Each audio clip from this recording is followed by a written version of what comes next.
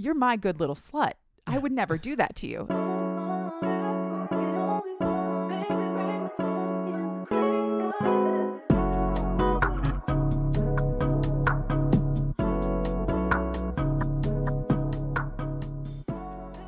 Hello and welcome to another episode of Cheap Smut. My name is Katie Mizell. And my name is Carl Mizell. And this is a podcast that would like to say bonjour. How are you today? I'm great. Yeah? I am so freaking great. You have the cutest little summer lightweight hoodie. I found a lightweight hoodie. Yeah, at the local Meijer. Yeah. On the clearance rack for $8. Yeah, a Tony Hawk branded sweatshirt. So Mm-hmm. Tony, I know you're a big fan. It's got like cool mushrooms on it. They do. Yeah, I just talked to Tony the other day. He's a big fan. Yeah, sure. So Tony, if you're listening, I know you are. Thanks, buddy. Yeah. No, I do appreciate it. This is fantastic. I love this shirt. I loved it the second I saw it. I was so glad I happened to walk by it. I almost bought you one too, but then I didn't. That's okay. Rude. It's totally okay. I'm not even worried about it. How are you doing today? I'm great. I'm really good. I mean, I've had a couple of really nice days in a row. My meds are working appropriately. We've had nice weather, so vitamin D and sunshine and fresh air. And then I got to go and do a bunch of stuff to prepare for our son's 7th birthday party tomorrow, and that's just got me riding on cloud 9. Right, it's wild. It's been a fun week here at Smutco Industries HQ. Our son is turning 7 or has turned 7. We're celebrating this weekend, but last weekend we celebrated by driving to the big city, Chicago, myself and my son. I took him to Chicago, took him to the Shed Aquarium. It changed his life. He had an absolute blast. But the part that he loved the most is we stayed in a hotel just outside of Chicago in Indiana. I made the executive decision. We were originally going to drive out Saturday morning from here to Chicago. But I was like, no, let's go after school Friday. So we got to spend 2 whole nights in a hotel, staying up late. I brought my gaming laptop. I took the PS5 for him to hook up, and he's already excited to do it again next year. And then while I was gone doing that, you took the daughter to your parents. Yes. And then you went out. Yes, I did. With a local author. I did. Local author Marty V had a birthday, and we covered her on the show accidentally did. Under your tree. Yes, accidentally under your tree. And she turned 38, I believe. And we went on a book crawl of a bunch of local indie bookstores that I never would have gone to in Lansing had I not gone, and had a fantastic time with all these amazing women that I've never met before, except for Marty, obviously. And it was so much fun. Yeah. Yes. And I'm very much looking forward to going to some of these shops. Like you said, we've been in the area for about 5 years now, and just with kids, with children, and it's hard to just sort of like find the time and even the interest to go do something like that. The energy, the mental energy. Plus, that's not to even mention that we moved here and had babies in the middle of the pandemic. Oh yeah, that's right. And we were already super homebound because of that, and then we had a baby, and then we had to be extra careful, and so we just weren't going places. Yeah, we really only just started exploring this city that we are very proud to live in recently. And it's a great city, so shout out to the city of Lansing, Michigan. We're proud denizens of this city. And in 2 weeks, 2 weeks from when we're recording this, we are going to be in Baltimore, Maryland. We are going another great city. We are going to be there, Charm City. We're going to be there for Monsterotica Book Con, the first ever Monsterotica Book Con, created, hosted by Cassie, aka Unfortunate Reads. We are going to be there. We are going to be part of the influencer crowd. We're going to be we'll be recording our 100th episode while we're there. Yes, we will. It's going to be all kinds of fun. And then not long after that, we are going to almost immediately start talking about Sinful Signings 2025. We are the official podcast of Sinful Signings 2025. And I'm not going to say anything beyond Katie told me something very awesome today about what we are going to be doing at Sinful Signings 2025. And I cannot wait the second we get the okay to tell you, everybody. Oh my God. What we're doing. We are We're very excited. Yeah. But we are also very excited for Monsterotica. I get so excited about the other thing that I was so excited. We've been looking forward to these cons all year, and we're just getting more excited as they happen. But so for Monsterotica, we have now almost finished. We're finalizing the Smut Co. new employee scavenger hunt for Monsterotica Con, which is going to be a super fun way to hopefully get some people to go and visit more tables, find new books that they just never could have thought of from these authors that we love. And we will talk probably more about that at the end of the episode, I think, a little bit, because this episode will be coming out the week of Monsterotica. Yes, because this will hit the main line that week. So Yes. at that point, we will pretend to time travel into the future. The future. And we'll talk about it more then. Yes, we will. But because this is the episode that is coming out the week of Monsterotica, it's also the last Monsterotica author that I'm going to be covering, which is Oh, that's right. a little bit heartbreaking. Yeah. Because I just love all of these authors so much. I have a massive list of more books from more authors I couldn't get to it. And so I have basically like a whole year's worth of books to read now. And this is just like, it's physical proof that Monsterotica is our bread and butter. Yeah. These are all of our people, Monsterotica and Sinful both. Yeah. No, we found our people. Oh God, yes. And we could not be happier. And I totally forgot that we had timed that up so that this week we are doing Blood Moon by Jillian Graves. Yes, good job. Yes. Yeah, nice memory. It's all that's good knowledge, kid. Oh, thanks. Thanks, Mom. That would be Dad. Dad. Thanks, Dad. Yeah. Yeah. Or terrible Australian accents. I know, we are the worst. Let's start with Blood Moon by Jillian Graves is $2.99, or through Kindle Unlimited, you can get it for $7.99 for an Amazon paperback. It's also available in print through Barnes & Noble and IndieBound, and in audio produced by Tantor Media. Tantor, if you ever want to get into the podcasting game, please hit me up, cheapsmutpod@gmail.com. I love you guys. Jillian is best known for her Gargoyle series, Romancing His Stone, which is a great name. Yes. Blood Moon is a Strange Moon novella, which is set in the same world as the Romancing His Stone series and features characters from that world. Wow. Yeah. Oh. It's so good. Just the fact that she's out there going, I got two universes. Is one universe? Come on. I got two, and they intersect. Yep. I love that. I love that for us. I'm not sure if I ever told you this before. Probably not. But I wrote this confession into my notes, and I am going to say it. I have been secretly dreading doing a Jillian Graves book for 3 years. Oh.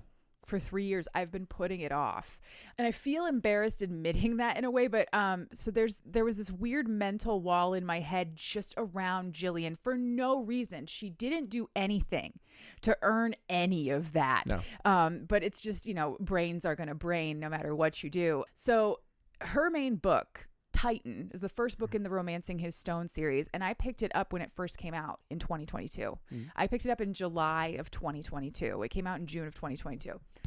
By that point, I was already into my weird smut journey, but I hadn't quite gotten to monsters that far, and Titan was one of my introductions because the MMC in that, Titan, is based off of Goliath from the Gargoyles cartoon. And if that wasn't a formative crush for you, are you even a monster fucker? We all loved Goliath, right? And it's also a daddy book because Jillian writes daddies and she writes kinks. So it was a Dom Daddy Goliath book. And I was like intrigued immediately. And then my book slump happened. I don't know if you really remember the summer of 2022 that well, but it wasn't a great time for me. No, yeah, that was all at the summer that I started my current job. Yes, and I started traveling a lot. And you started traveling a lot. Yeah, and so I do remember. Yeah, we then started prepping to move, and I didn't read a book for 6 months. I couldn't read a book for 6 months, and I never finished Titan. And it just lived in my head as like that's the book slum book. And Jillian Graves was just sort of collected into like, you just can't read her. And so for a long time, I just didn't. And I felt really bad because I know how great she is. Mm-hmm. But you know what you're going to do? Brain's going to brain. This was a great book. I loved this book. I'm There you sorry, Jillian, that my brain brained this way for 3 years. Well, you did not need to commit that act of genuflection. Yeah. But you did. You felt compelled to do so. I wanted to let you, as we always say around the house, live your truth. Yeah. So with all that said, now are we ready for doing the triple T's? Now we're doing the triple T's. Yes. Okay. Our triggers this week are violence. Main character suffers a minor injury. Vampirism. Blood play, and blood exchange. Sex under magical influence. Sexual power dynamics do not reflect best practices. Tropes. This is an FM cis heterosexual paranormal romance featuring a plus-sized, tall witch FMC and a century-old vampire MMC. Grumpy smartass, one-night stand, lovers to rivals to lovers, and the real enemy is the guy in the suit. And our titillations. Praise, light degradation, use of the superlative little slut. Exhibitionism and voyeurism, mirror play, cum play, and reading your mind to fuck you right. Okay. And there you go. You made it through. You didn't digress once. So proud Well of me. done, baby. I'm so proud of you. Is there anything you need to get out before we continue? No. Just go. If I start, I won't stop. All right. So, Blood Moon and all of Jillian's current books take place in a contemporary Los Angeles, and it revolves around the underground society of paranormal and magical creatures who sort of flock there to find a community. Collectively, that community is called the Strange. Okay. The Strange have sort of developed their roots here. They are interwoven into regular human life, and they're all hiding in plain sight. The community draws sort of more of its own, as time goes on. Mm-hmm. The weird find the weird, and sort of conclaves of them are now living in Los Angeles. Our FMC for this book, her name is Hazel. She is 28 years old, and she is a natural-born witch. So she developed power sometime in her late teens, early 20s, and had to seek out someone to teach her because she's not from around here. I think she's from Iowa or something. Okay. She is 6 feet tall and plus size. She has hot pink hair, including her bush. She took the time to dye her bush hot pink. I was drinking. I'm sorry. I didn't mean to do that to you. I'm okay. I'm glad you didn't die. Same. She has a whole mess of tattoos and a sort of general West Coast gothy woo-woo vibe about her. She came to LA from Middle America after she got her powers, and she found a coven and a magical skill. Every witch has a sort of special trade that they ply. Hers is potions. And so she got the capital together, both magical and monetary, along with her coven, to purchase a bar. And that is how she makes her money. She owns a bar called The Witch Hazel, which she thinks is a very clever name. Shut up if you think it's corny. She'll get you. Hazel's not to be fucked with, man. So she opened this warm and welcoming pub where she slings these magically enhanced potion cocktails to the strange, who can actually enjoy being able to socialize in their true form because the coven has collectively cast a spell over this building so that humans can't see the strange. They only see the glamour of a regular human that they wear when they walk around in real life. Yep. But the strange can be more themselves in this place. For somebody who does not drink hardly at all, I fucking love the bar trope of a bar where only monsters hang out, or only bad, hapless bad guys, or it's a bar where superheroes hang out and shoot the shit. There's something about the trope of the bar, but for blank. Yeah, a community setting. Exactly. Yeah, for people who are of like minds. Yes. Which I just fucking love. And I think it kind of stems from the fact that, like, you know, the pub, as it were, back in the day, that was the public place. The public house. Exactly why it was called a public house. Yeah, so the whole idea of all that just that trope tickles me. Yeah. I think that's part of why MC motorcycle books are so popular, because they are usually set in a sort of environment that is conducive to being very pubby. Yeah. Welcoming and warm like that. Yeah, they do. Yeah, the ones we've done, like Baby and the Late Night Howlers. Yeah. And I know Mustang's Torment was that one? Mustang's Torment, yep. Yeah. Ivy did that one last year. And April D. Berry, I didn't do her motorcycle books for the show, but her motorcycle books are very similar. Yeah. Yeah. There's our digression. We did it. Okay, so the Witch Hazel. It is Hazel's pride and joy. She has poured everything into making it the place that it is now. She has hopes to like expand up to the second floor, because the second floor is bare right now, but she's going slow and independent, as a business does when it is an independent business. And she was doing fine until a new club announced that it was opening right across the street from her. At the start of the book, Hazel is off work for the evening, and she is going to a party at her friend / coven leader Drusilla's house. Also, shout out to the couple of different references to Buffy stuff in this book, Jillian. I see you. She even dedicated the book to like Angel and Spike. I mean, we know what you're about, babe. Hell yeah. So Drew, who is head cast in my head as Tessa Thompson for some reason, pulls Hazel into this party and is immediately like, what is going on? What is wrong with you? Because she's like, she's a mess, but an energy mess. Like, Drew pulls her into her spare bedroom and starts like plucking at her aura. Like, it's all green and icky. What's going on with you? You're really upset. What's wrong?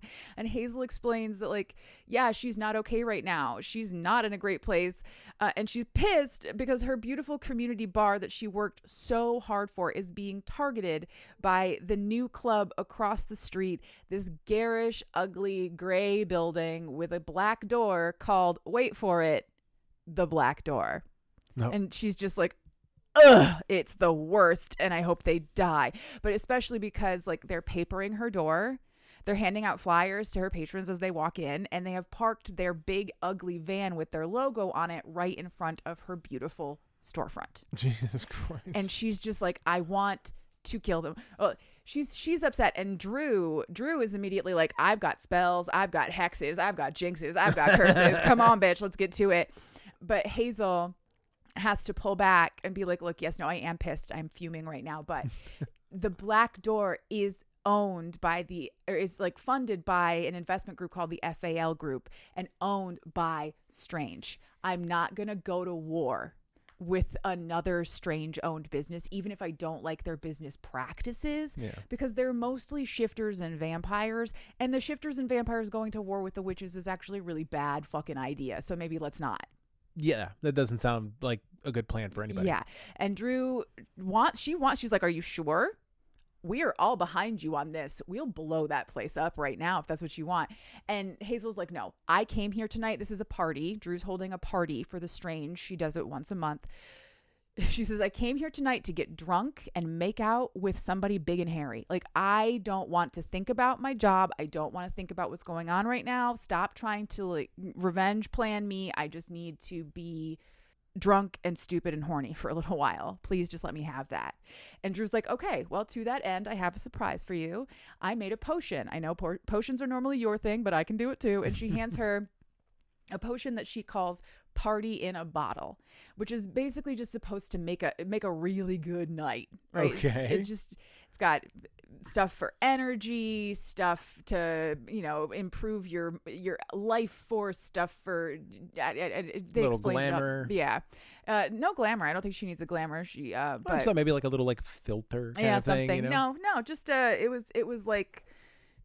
it was just to like, this will make the drinks hit you a little better, and this one will make you feel the pizza, It was just really this is the kind of shit they should be doing at drip bars, yeah, but no, it's seriously. all fucking B12. Whatever turmeric is. I don't know. She says I know what turmeric is. because Drew is who she is as a person. She's a self-care involved kind of witch. This isn't a potion that you drink. It's a potion that you should use in the bathtub, but you can use it in the shower. So go take a shower, because you also kind of smell like bar funk. Use this, wash yourself up, and when you get out, there will be a dress waiting for you, and you will have a fantastic night. I promise. I'll bring back a margarita. And as she's leaving, Hazel calls back, and maybe a shifter. I'm feeling like big hairy guy tonight. Like, she's really, bring me back a hot guy too while you're at it. We're facilitating this for the evening. We're going to manifest. They are witches after all. In the shower, the potion is exactly as advertised and probably more. So she washes her hair with it, and she sort of lets it run down her body, and everywhere that it touches, she can feel. It's like a little dose of ecstasy or something. Like she's micro dosing ecstasy, just the perfect amount. Sounds fucking rad. Right. Everything feels so much better now. Like, there's no more worries or troubles in her head at all. Her skin is so soft, and her body feels amazing under her own hands. Like, she starts to feel very sensual about all of this. There's a lot of positive love of her body in this, which I super enjoyed. And she starts like massaging the potion into her arms and into her legs, and then her belly, and then her breasts. And she's sort of taking this moment of self-appreciation, and she moans. And then a male voice answers, "That good, huh?" Or something to that effect. And she is startled momentarily. It's completely unexpected. But also she's here for a good time, not a long time, right? So she pokes her head over the glass of the door, and because she's a tall bitch like myself, that's not a hard thing to do. And she sees our MMC. His name is Vlad, and he is a vampire in the style of like Joss Whedon or The Lost Boys or Anne Rice.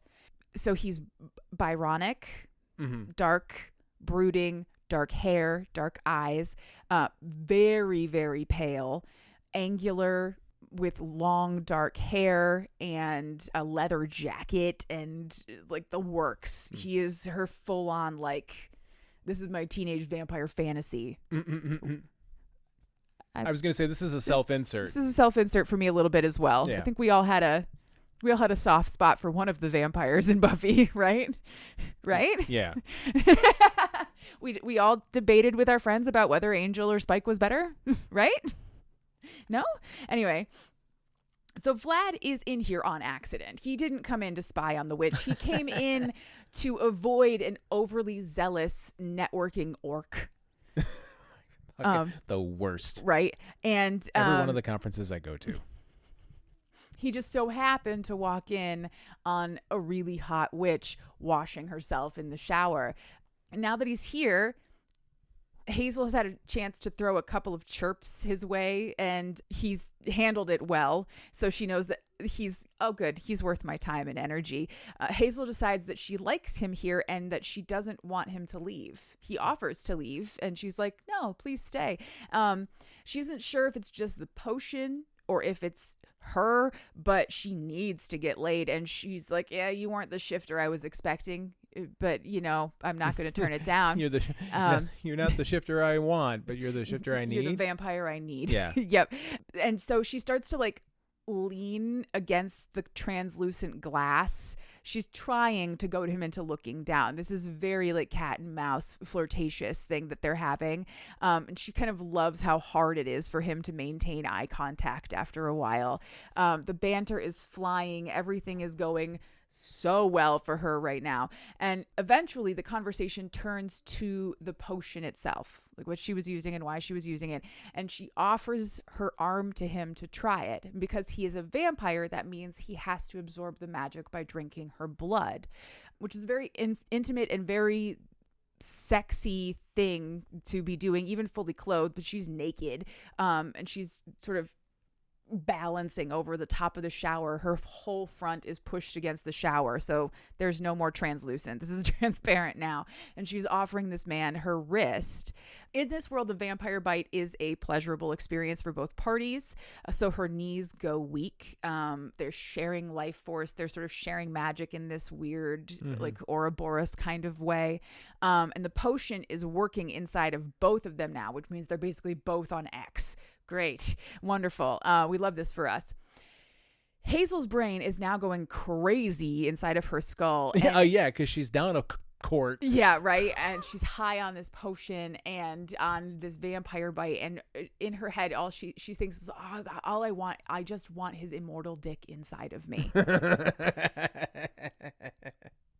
And then he does that. He starts laughing because in all of the horny intrigue here, Hazel forgot a very important truth that she knows. When a vampire drinks your blood, they can hear your thoughts. And she knew that. But she forgot for a moment. And now for the next 72 hours, Vlad can hear all of her thoughts. He's inside of her head and he can hear every filthy thing that she is thinking, every desire that she can't even vocalize. He's got it all in there right now. And he uses that to his benefit. If I had the ability to do that, I would only use it for that. Ever. Yeah. That's basically all they use it for. Yeah. I don't think they ever communicate about anything else via the brain. That's fine. Yeah. I would be the most noble motherfucker, but I would put it to the most raunchy use. Yes, you would. I know you would. So he hears all of this going on inside of her head and he does not judge. Why would he? No. So he calls her my little witch a few times in this scene. And every time she pushes back against that, I'm not your little anything. But once he gets her into bed, they get out of the shower into a bedroom. She starts thinking about how tonight she just gets to be a needy little slut. No thoughts, just cock. And he's like, is that what you want? He needs a verbal confirmation. Is that what you want? Yeah. She wants this degradation dynamic, but he can also hear her thoughts. He knows that she definitely wants this. He knows exactly what she wants. He needs an actual verbal confirmation of what's happening here.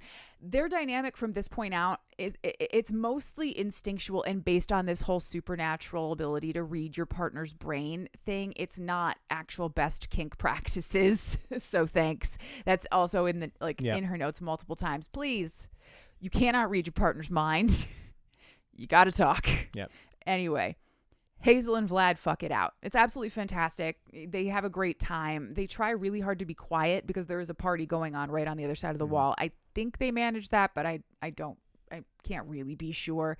When they're all done, they had a fantastic time. He helps get her dressed, and he pulls her underpants on for her over her messy pussy. He's just like, keep that. You keep that as a little like naughty memory. And I was like, whoa, mate, night. Holy shit. Sir.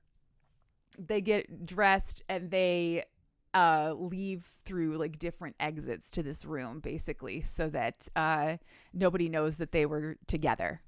Back out in the actual party, Hazel gets a drink and she finds Drew again, and Drew is still very fired up about this whole like new club is poaching our business thing. So she drags Hazel over to the new manager of the Black Door. He's also here at this party. He's strange. We can just talk this out right now. And that new manager turns out to be the sexy ass vampire in a black leather jacket named Vlad that she just met. Dun, dun, dun. Of course. Of course. They pretend that they don't know each other, and they have a very short conversation where Hazel accuses Vlad of poaching her business, and he defends himself saying like, well, it's just advertising. We're not trying to poach anything. We're just another business. But Hazel is too angry to deal with all of that. Obviously, now she's very confused and she's a little high. And then her phone rings and it's the witch Hazel, which means it's her bartender. They wouldn't call unless there's an emergency. Thank God. And she leaves a Hazel-shaped hole in the wall as she leaves. The next day, she's at work. She's just like sort of doing general, I own this place kind of stuff at the witch Hazel. And she's also helping a new baby witch in the coven, a woman named Violet, who is still trying to figure out what her special skill is. So she's there with Hazel for the day, just training and calling Hazel out for running away from the vampire, whom she also very quickly realizes that she also had sex with that night as well. Violet isn't an aura reader, but she is a fuckologist or something. She can always tell when Hazel and Vlad have done anything. It's quite funny. That's a great, yeah. Fuckologist. After enough of that conversation, Hazel's basically like, shut the fuck up and learn about potions. I can't do this anymore. That conversation eventually leads to Violet like having a eureka moment, which it doesn't have anything to do with witchcraft and just has everything to do with logical thinking. So there's a new club opening across the street. That club is funded by vampires. And didn't you just say that yesterday afternoon a bat flew in here and scared away half of our customers? Are those two things related at all, do you think? Maybe. I'm no detective. I'm no detective, right? So Hazel does the mental math for 2 seconds and realizes, holy fuck, the manager of the new club across the street that Hazel fucked last night was also the bat that was flying around her business yesterday, scaring off all of her customers and spying on her. And she is fucking pissed. Yeah, because, if she'd have known that, right? She might have thought a couple seconds before she fucked Vlad. I mean, let's be honest. Yeah. I mean, she might have. She was real potion drunk by that point. Yeah, she's real horned up. Yeah, she was horned up. I'm not saying that she was too intoxicated to make good choices. No, but she was definitely horned up. Yeah, no, she'd have been like, she wasn't thinking with the logical parts. Yeah, no, she'd have been like, we will deal with that after. We're gonna put a pin in that. We're gonna talk about this later. But right now, put a pin in me. So across the street, at the black door, Vlad is in his office and he's trying to work while the club kind of thumps on outside. He kind of hates the black door, if he's being honest. Like, this isn't what he wanted when he wanted to open a club, but it's what FAL and Charles, who is his sort of handler for FAL, it's what they wanted for this place. He's really just the manager. All he really got to do was hire the staff, which means that they've got a fantastic bartender and great staff. But beyond that, this place is not really his dream at all. And now he has met this incredible woman and he can't stop thinking about her. He starts thinking about Hazel, and his mind goes in a very dirty direction very quickly. And he's revved up even higher when he realizes that the memory of the night before that he is fantasizing about isn't just his own anymore. It's Hazel's too, because now she's in the bar and he can hear her. She's close enough that he can hear her thoughts. She's nearby and she is thinking about the night before, but she's also arguing with herself inside her own head, trying to force herself to focus on a spell. And he can hear her thinking through the elements and the ritual as she bespells the mirror above his dance floor so that she can spy on him through that mirror. And he catches her on the dance floor. It's really a very hilarious conversation because he's hearing all of her thoughts the whole time, as well as the stuff that's actually coming out of her mouth. And so she's like, shit. In her head, she's like, shit, don't think about the spell. Don't think about his dick either. Fuck, don't think about the mirror. No, not the dick. God damn it. It's just so funny. She can't think of a single thing that isn't a thing she's not supposed to be thinking about. Because, of course, once you say don't think about that. Yeah, you're going to think about it. That's all you can do. It was really super funny. But he leads her back into his office, including Jillian. Fantastic moment. He puts his hand on the small of her back, and then he has to flex his hand at the fit. It was a full-on Mr. Darcy hand flex from the Pride and Prejudice movie. So good. Love that moment. I don't know what that means. In the Keira Knightley Pride and Prejudice movie, there is a moment where Mr. Darcy helps Elizabeth into a carriage. And when he walks away, he has to flex the hand that he used to help her in, because just touching her that little bit overwhelmed him that much. And that moment lives rent-free in so many women's minds. So it happened in this book, and we loved that. Gotcha. We love that for us. So he takes her up to his office so that they can discuss their business and their magical rivalry. But like once they're up and alone in his office, it's officially a feedback loop of horny thoughts just being fed back and forth through each other. Yeah. And the next thing you know, they're fucking about it in the office. There's no party in a bottle this time, so Hazel can't blame it on that. It's just their chemistry. Vlad takes full advantage of this, again, ability to read her mind, and he picks out the most visceral desires to make happen. He gets consent when it's necessary, but again, the added benefit of being able to read her thoughts is unfair. He feeds into her exhibitionist fantasies that he finds hiding in the back there. He brings up the security feed of the camera that's right outside of his office, and they sort of lean into like, this is what's right outside the door. So she watches that while he fucks her from behind over the desk. Now I am always extremely pro consent. So I would say that if this was a thing that you could do, get consent before you do this. But couldn't you possibly agree on a safe word? And if you could read their thoughts, couldn't you just think the safe word, or still just like say the safe word? Like I think you could still have some fun with the mind reading thing. Oh yeah. As long as you had the proper consent and safe words in place. You could, yes, absolutely. That's just not the way that Jillian chose to do her vampires. Yes. But you could do that. Yeah. And you could have all kinds of kinky fun inside of your brain. Yeah. With all of the guardrails in place that you need to feel safe, secure, and confident. Amen, sibling. Absolutely. You digressed at the perfect time, because it is now time for brief descriptions of long books. Oh, it's almost like I knew, but I promise you I didn't. You did not.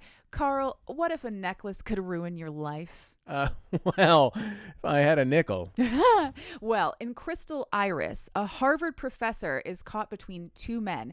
One is her fiance, the guy she's built her whole future around. The other is a stranger with a magical prism necklace of his own. But it's not that simple, because when Iris and Hoyt try to touch, the magic punishes them. Oh, no. Oh, my God. Crystal Iris is the first in a series, a slow burn, spicy romance with magic, mystery, and just the right amount of academia.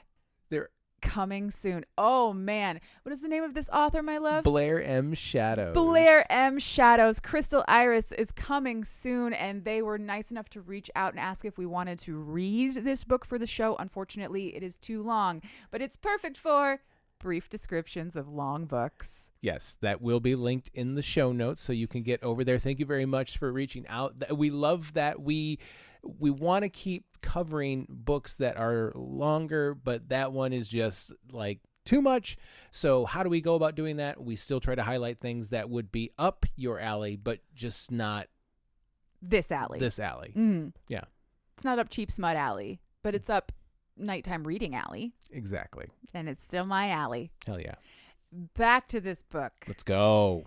Once they get unnaked again, they are both still very intent to talk about their business issues. But once they come, they don't get a chance to get unnaked. Once they come down from their fuck high, there is a knock on the door. And Vlad is needed for like managerial stuff. He tries to talk to her very briefly, and he gives this very pragmatic and logical little speech about how they're both business owners, and they've got the same goals for their bars, and some of their customers make move, but it's not personal. But he is trying to work with Charles to make the ad campaign less aggressive, but he comes off as a dick about it the whole time. Yeah.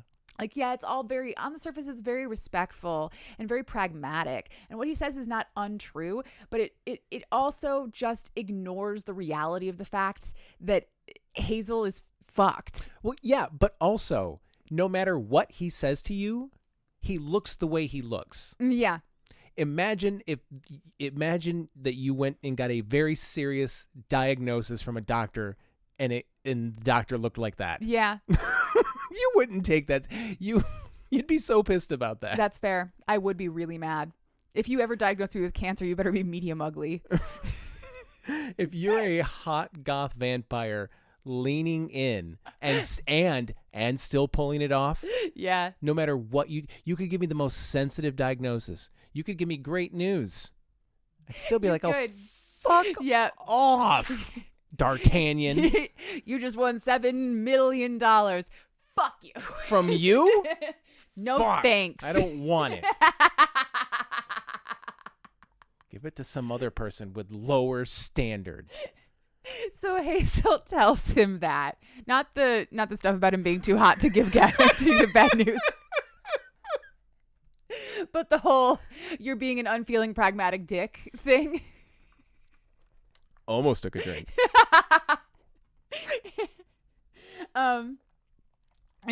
But like, dude, like no matter which way you slice it, Black Door will be responsible for some amount of loss to her business, and he can't just ignore the realities of that. Yeah. How is that not supposed to be personal to her? Like, don't take it personal. How is that not supposed to be personal? To me, this is my business and my livelihood.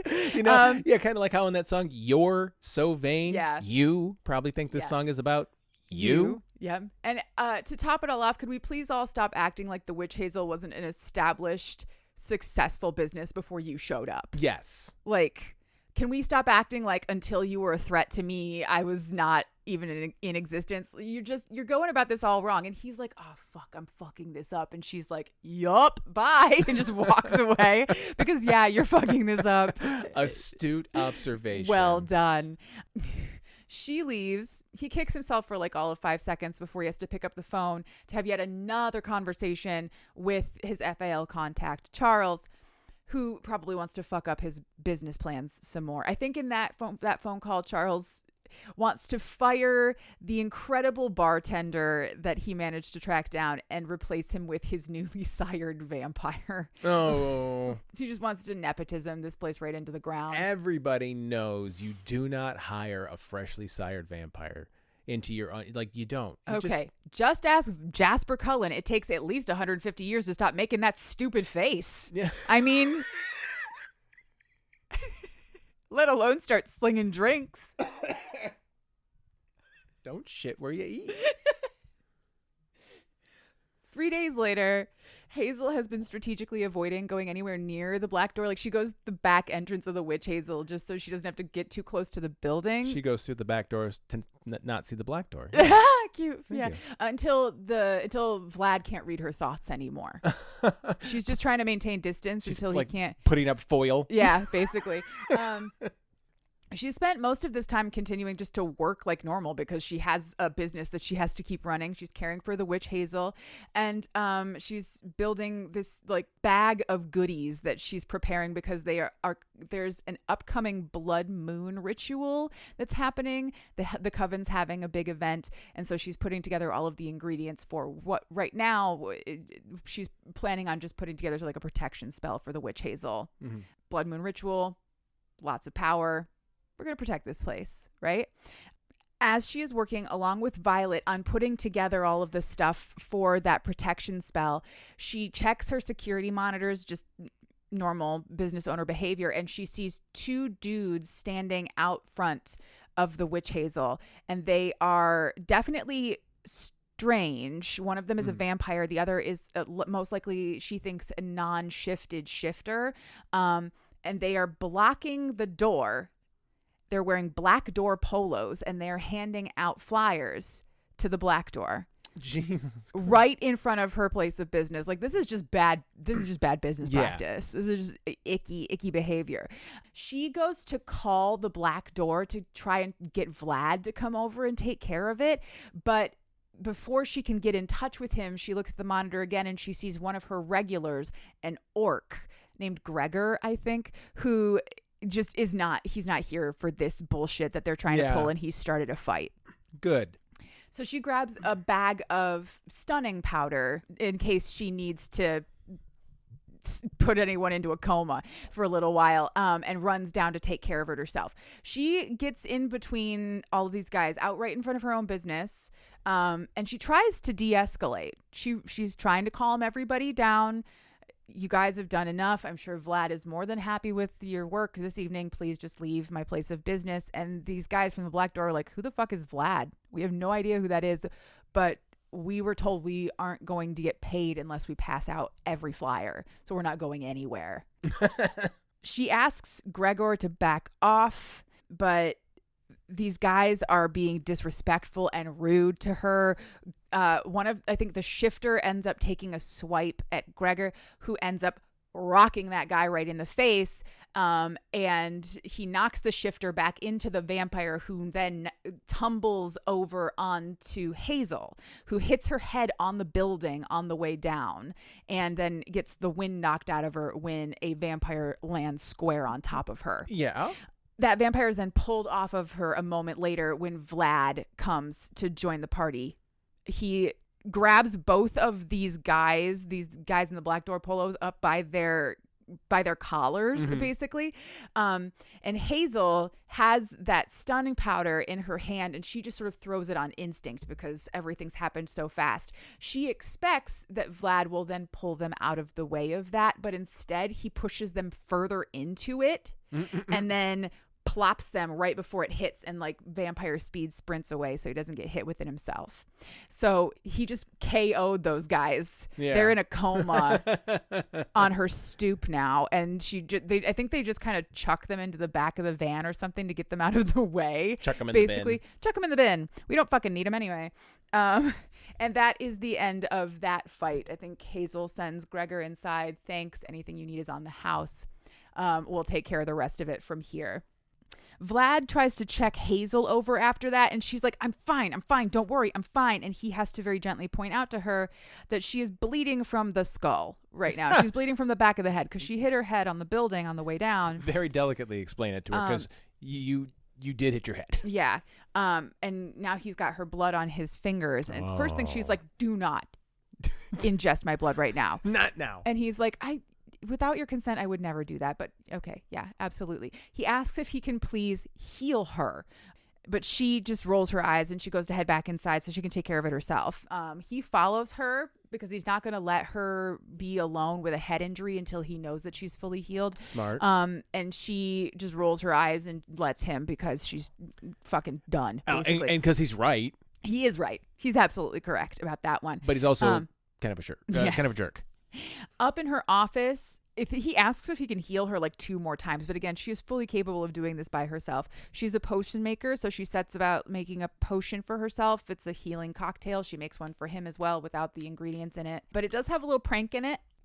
Just because she's still a little pissed off at the Black Door, so she gives him a little prank. I think she makes everything he ingests for the next 24 hours taste like garlic, which is funny. It's very funny.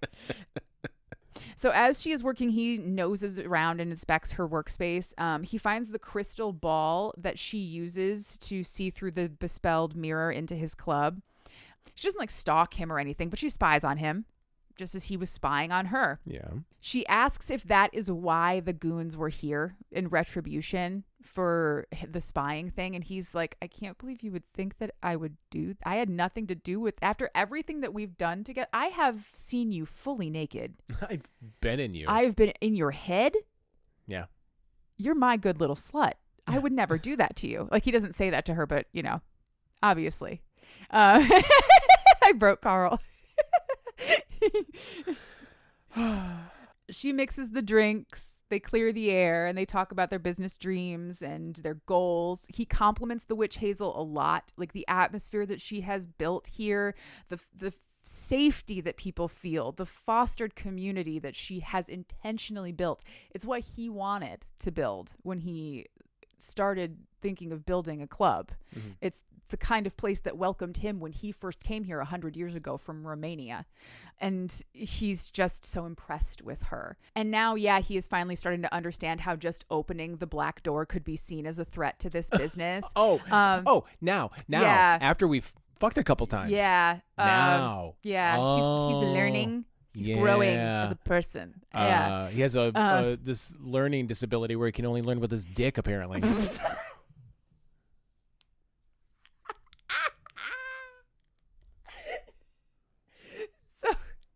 in all of this conversation about how great the witch Hazel is, he starts pointing out like all the ways that she could improve it and do even more with it. You know, this whole second floor, you could expand it. You could turn it into a performance venue for bands and artists. And she's like, yeah, I'll get on that after I pay back my initial loan and build some equity and hire some staff and take a vacation. Like, dude, you have funding. You have investors. I have my fucking self. I'll do that after I become solvent. Seriously. They drink their cocktails. Hazel's all healed up, but Vlad wants to make Vlad sure the emblaler. he wants to make sure that she's okay. And to do that, he has to like very gently play with her hair until he finds the spot where she was injured. And that's not a sensual act at all. No, that's how you find ticks and mites to eat. So while they're doing that, he apologizes for not being better able to corral the FAL group and Charles. We haven't met Charles on page. No, and we have fucking not. hate him. He's the worst. And he feels what allowed all of this to happen at all. He blames himself and he is sorry. He doesn't want to run his business like this, and he promises that he will fix it. Good. He then gives her his personal number so she can call him directly. If anything ever happens like this again, she won't have to worry about trying to get through, para español, marcaron los dos, or whatever, to get to Vlad the next time. I would totally have a phone tree. Right? I wish I had a phone tree. So he has given her his number, not just to text her, but he does then text her, of course. I think later that evening, he asks her to come over because he wants to see her specifically. She's still at work. She's closing. It's right across the street. So she might as well, right? He meets her in the street, impatient man that he is. And then he walks them back across. They flirt as they go. Hazel complains that that he has been inside of her head and she's never going to be able to be inside of his head. And that's not fair. And he's like, that's fine. I can tell you whatever I'm thinking. What he's thinking is dirty as fuck. It's filthy. It's fucked up, y'all. And they have sex in the middle of the dance floor with like the lights going and the disco ball spinning. No. But we have read books where they fucked in the middle of the street. So let's not act like that's that weird. Okay? Do we remember that beautiful little French alley where they did it in that C. Rochelle book? Yeah. Gentlemen Prefer Villains. I do. Yeah. Anyway, such vibes for this scene. So they're doing it right in the middle of the dance floor. And if we remember, there is a mirror on the ceiling. And we don't know this because I haven't told you yet. But Jillian's vampires can't be seen in mirrors. Just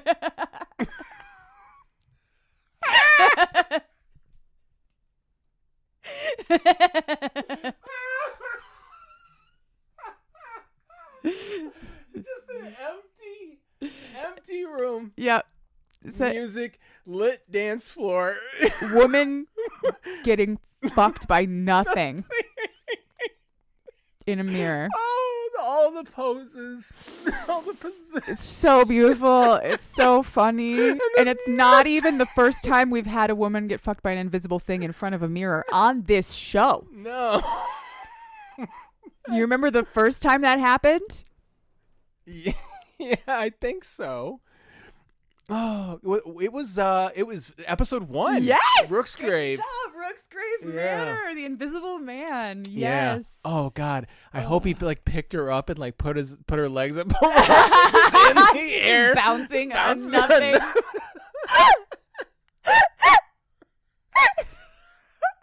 He flips her over and does that elaborate porn thing, like standing 69.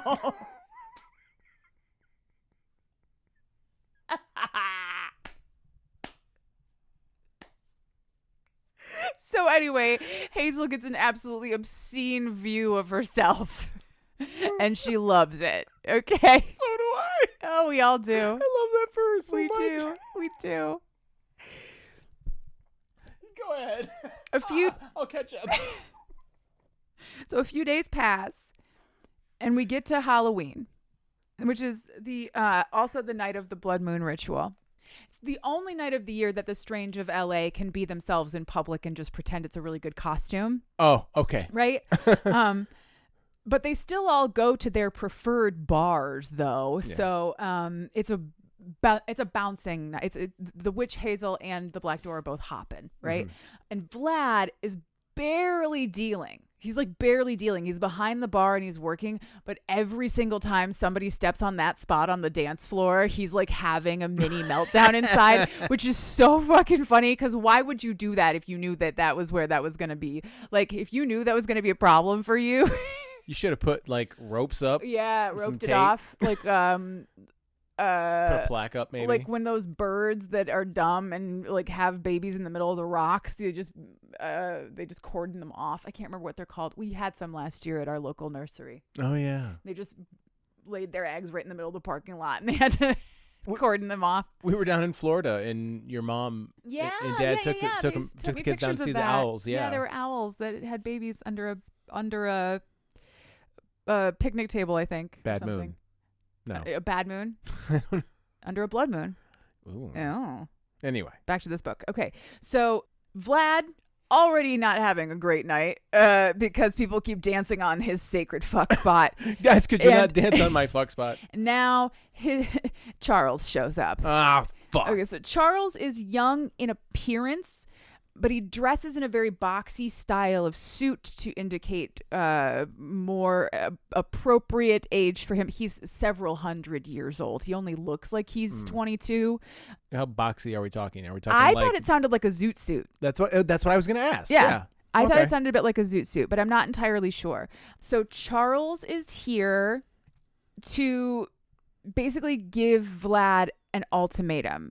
Go along with their business plans for the Black Door. Stop making changes. Stop making demands of them. And then if you fall in line, in a few months, we'll give you that little supper club you want right across the street. Okay? Just give us a little time. As a treat. The implication here, of course, is that the FAL group and Charles are going to run the witch Hazel out of business and then buy the building out from under her, which is what they have been doing to independent, strange-owned businesses all over LA. Yeah, because fuck those guys. Vlad does not take this threat to Hazel or her business very well, and he tries to go over the bar at Charles, which is it's a ballsy move to be making in vampire terms. He's not as strong as Charles. Charles is much older than he is, but he's willing to take that shot. He can't get to him, though, before Charles's muscle is holding him back. He travels with an orc and a shifter or something. But Vlad makes a very, very concerted attempt to break free from those guys and get to Charles's throat. He can't do it, though. He does tell Charles to fuck off, basically, and Charles is like, you just made a very big mistake or something like that or whatever. I don't know. I didn't find him threatening, but that's because fuck him. And then they leave. And Vlad is like, well, I guess I just lost my job. And then he looks up at the ceiling to the mirror and he's like, oh, I bet you Hazel saw that. I wonder how much of it she saw. I hope I don't have to go over there and calm her down because she thinks that I'm working with Charles again. But he goes across the street and he finds her. She's getting ready for the blood moon ritual. And she saw the whole thing, including him trying to go over the bar and attack Charles. So she can't even be mad.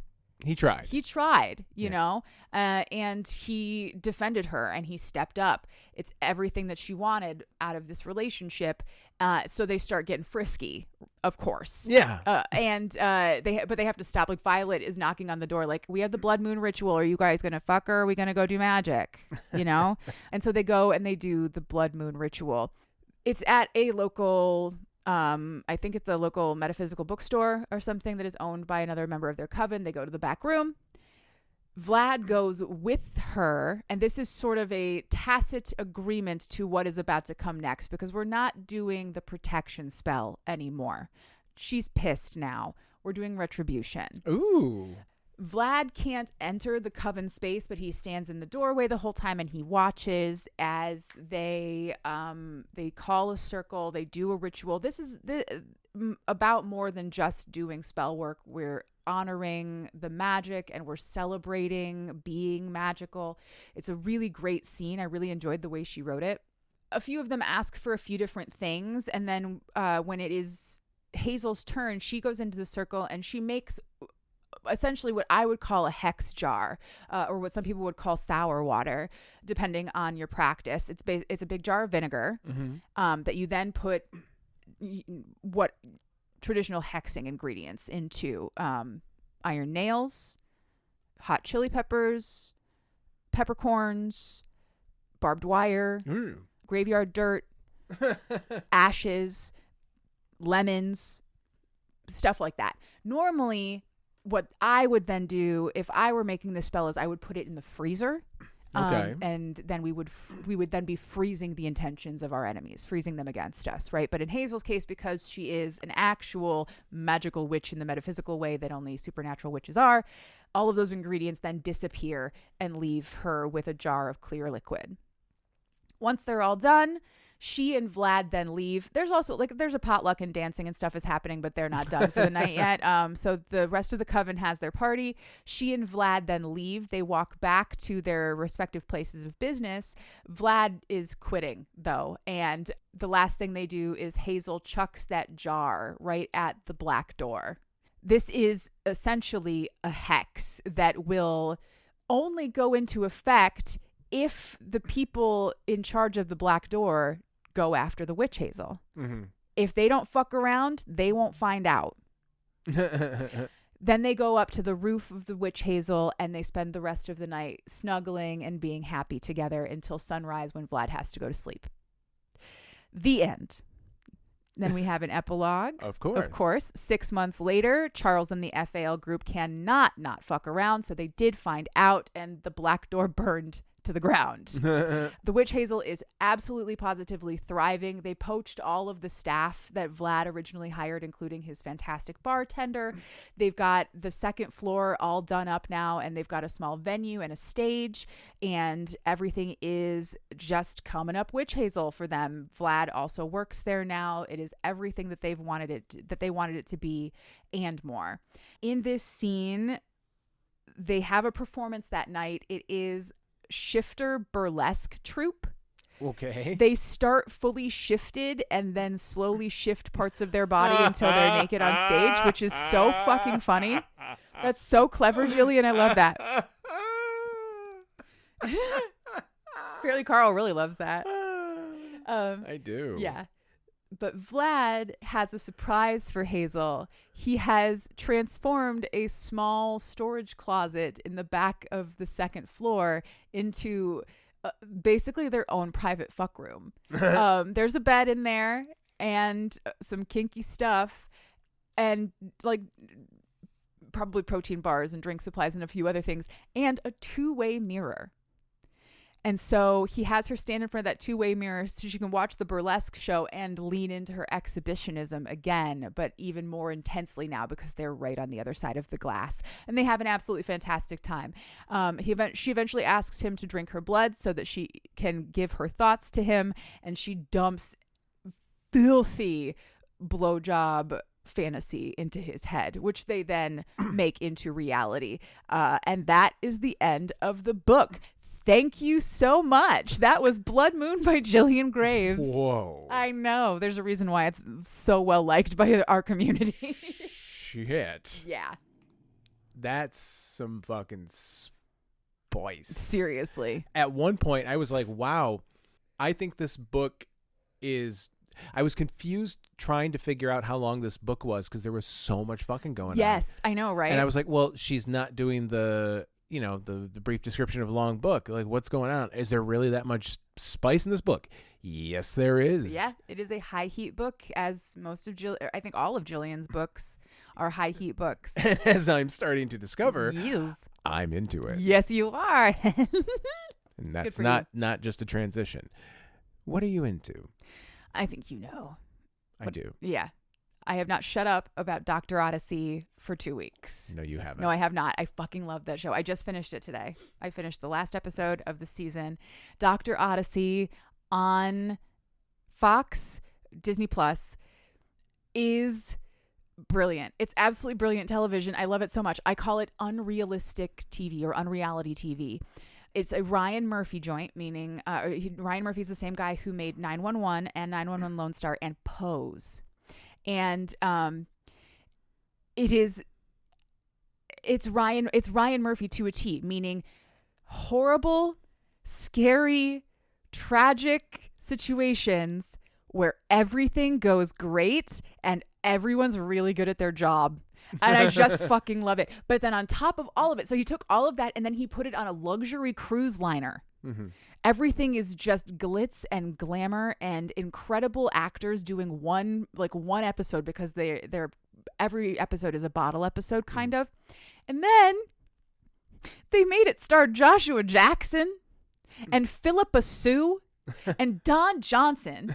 Fucking Pacey, one of the Schuyler sisters, and the dude from Miami Vice. Yep. The dude from Miami Vice. And they ended this season, spoilers, if you care, they're slowly building towards trying to make a throuple out of Joshua Jackson, Philippa Sue, and their other nurse. And it's going to like gangbusters, and I'm really excited about it. One of my favorite episodes was Gay Week, an episode where they just had gay men on the ship.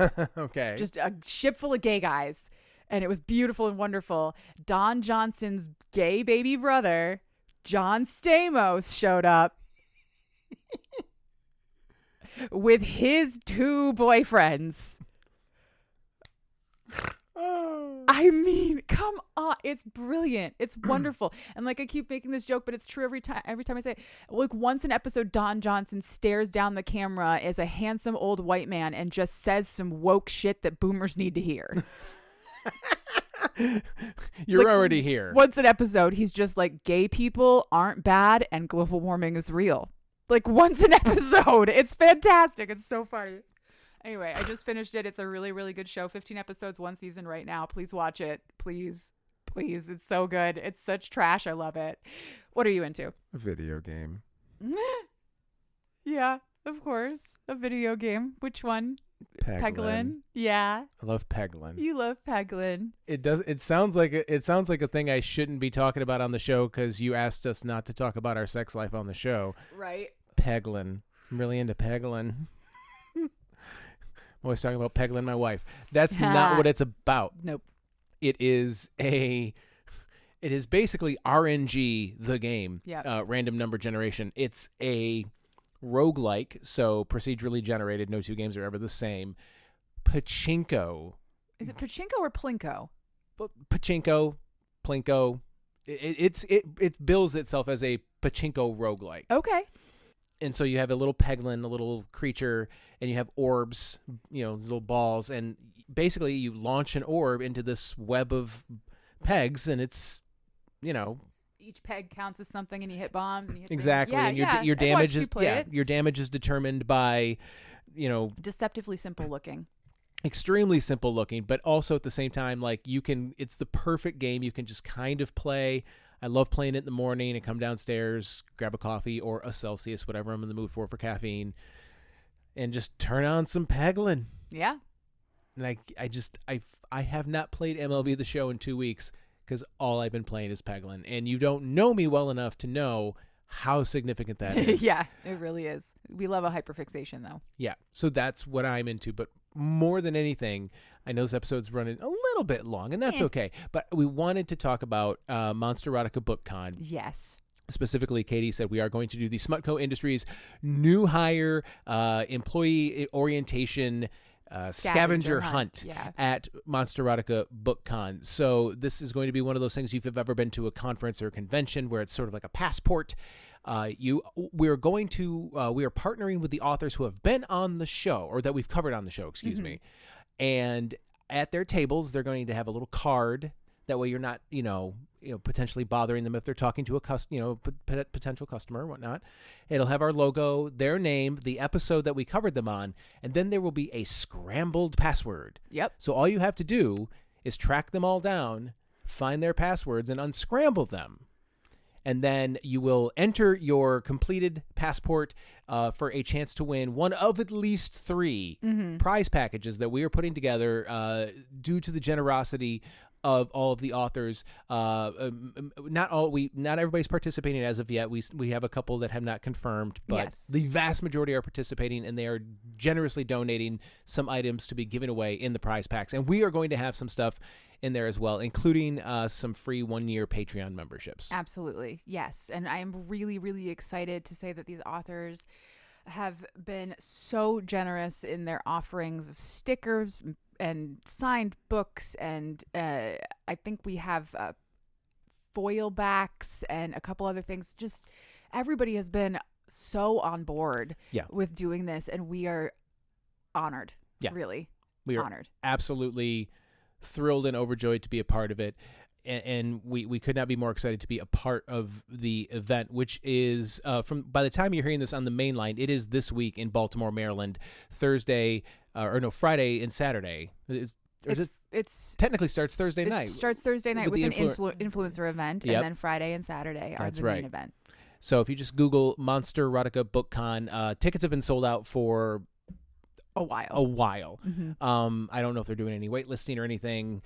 Probably not. So we're still going to keep talking about it, because if you listen to the show and you are going, we would love to meet you. Absolutely. Please track me down. I have Cheap Smut bracelets, and I will give you one. Yep. And we're both very tall. We're very easy to find. We're big and tattooed. Yes. So if you can't find us, I can't help you. Yeah, I don't know what to tell you. So next week will be episode 99. Mm-hmm. What are we covering for episode 99? Next week, by your request, we are going back to New York. Oh, are we doing it already? Yeah. Oh, it's time to go visit the Nighthawks. Oh, my God. But there are 12 Nighthawk books to choose from that we have not yet read, and I thought maybe you would like to pick. Okay, so for those of you who aren't familiar, I one of my favorite episodes that we've ever done is called Pump Fake by Fiona Davenport. Yes. It's one of my favorite episodes, and I was listening to it recently, and I wanted to go back and revisit it for two reasons. One, the book was bug fuck insane. Yes. In the best way, and we had so much fun doing that episode. But there was also a couple times, and this was very early in the run, this was episode 23, where we did something on the show that we would never do anymore, and it kind of got away from us, and that was we were just a little mean. Yeah. And I stand by the episode. I'm not going to remove the episode from the internet. We were just a little salty, a little snarky. Mm-hmm. Nothing serious. I felt a little catty. A little bit. There were a couple moments where you listen to it and you're like, if you go back and listen to it now, you'd be like, that's not Carl and Katie. It was just, it didn't sit right with us. And so you were like, you know what? Let's go back. Let's revisit that universe through the new versions of ourselves, who have better learned to navigate and embrace any and everything in the genre. Yes. So with all of that said, what do you got for me? I have a list. Fuck yeah. All right. Lists. Sacked. Interception. O-line, go deep, looking to score, hot receiver, change of possession, false start, illegal touching, spread offense, and calling the play. Okay. I was looking for the one that sounded the most out of the normal football lexicon, and I think spread offense. Spread offense? That's all right. Yeah. We are going to go with New York Nighthawks book number 11, Spread Offense by Fiona Davenport. That's what we're reading next week. Oh, my God. I cannot wait. He's so excited. Yes. You can't see his face, but I can, and he's so excited. I cannot wait for it. I'm going to be like we always tell our kids, just so many more wake-ups. Just 6 more wake-ups. But in the meantime, you can find us on social media. We are on Instagram, TikTok, Blue Sky, all of that. All of the links are in the show, or not the show notes, in the link tree, which is in the show notes. If you would like to communicate with us via email, please do so. cheapsmutpod@gmail.com. There's a link to this book in the show notes. There is also the first link on our link tree whenever this book hits the main feed is always a link to this book. It's not an affiliate link. We do not get any money for it. We're just trying to help the authors out. If you would like to support us financially, though, you can do so on Patreon for as little as $1 a month, like these fine folks have. Lindsay Rain, Eden Knox, Zach, Zoe Barrett, Emily Purley, Aaron Manak, Miss Chris, Raven, Natasha Bear, Desiree Rodriguez, Local Mind Flayers Seattle number 42, Vincent Sultanfuss, Kitsune Inc., Cassie, Cassandra, April D. Berry, Dana Goddard, Stephanie Hawkins, Gemma, Lady Squishy Buns, Tia Esk, Rob Gatika, Angela McNichols, Katie Hurd, Gwendolyn Harper, Seneca O, and Rebecca K. The music that you hear on this and every episode, for now, is called Nostalgia by Mackay Beats. You can find it along with thousands of other songs free of charge for you to use at the Free Music Archive, freemusicarchive.org. Listener, remember, if there is a book in you, write it. And if there's fucking in it, I'll read it. And then she will come on this show and explain it to me for your entertainment. I have fantastic news. The guy on the cover of Spread Offense has a nipple ring. Goodbye.